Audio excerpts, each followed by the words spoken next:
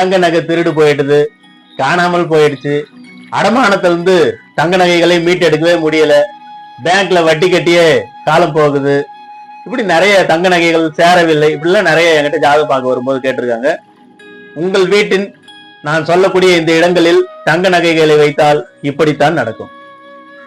தங்க நகைகளை உங்கள் வீட்டு சமையல் அறையில் உள்ள பருப்பு டப்பா, அரிசி வைக்கக்கூடிய அந்த இடம், அரிசியிலையும் பருப்புலையும் சிலர் தங்க நகைகளை வைப்பாங்க. அப்படி வச்சாக்கா அந்த தங்க நகை அடமானத்துக்கு செல்லும். வீட்டுல சமையல் அறை எப்போதுமே அக்னி மூலை அப்படின்னு சொல்லக்கூடிய மூலையில தான் வச்சிருப்பாங்க.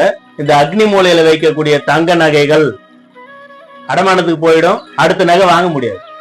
உங்கள் வீட்டின் வடமேற்கு மூலையில் தங்க நகைகளை வைத்தால் நிச்சயமாக திருடு போகும். எனவே வடமேற்கு மூலையில் தங்க நகைகளை வைக்கவே கூடாது. தங்க நகைகளை எங்கதான் வைக்கணும் அப்படின்னா, தங்க நகைகளை குபேர மூலையில் தான் வைக்கணும். அதுக்குன்னு தனியா ஒரு பெட்டி வச்சு அந்த பெட்டிக்குள்ள தங்க நகைகளை வையுங்கள். தங்கம் பல மடங்காக உயரும், செல்வ செழிப்பு உண்டாகும். உங்களுக்கு அதிகமான தங்க நகை சேர என்னுடைய வாழ்த்துக்களை தெரிவித்துக் கொள்கிறேன்.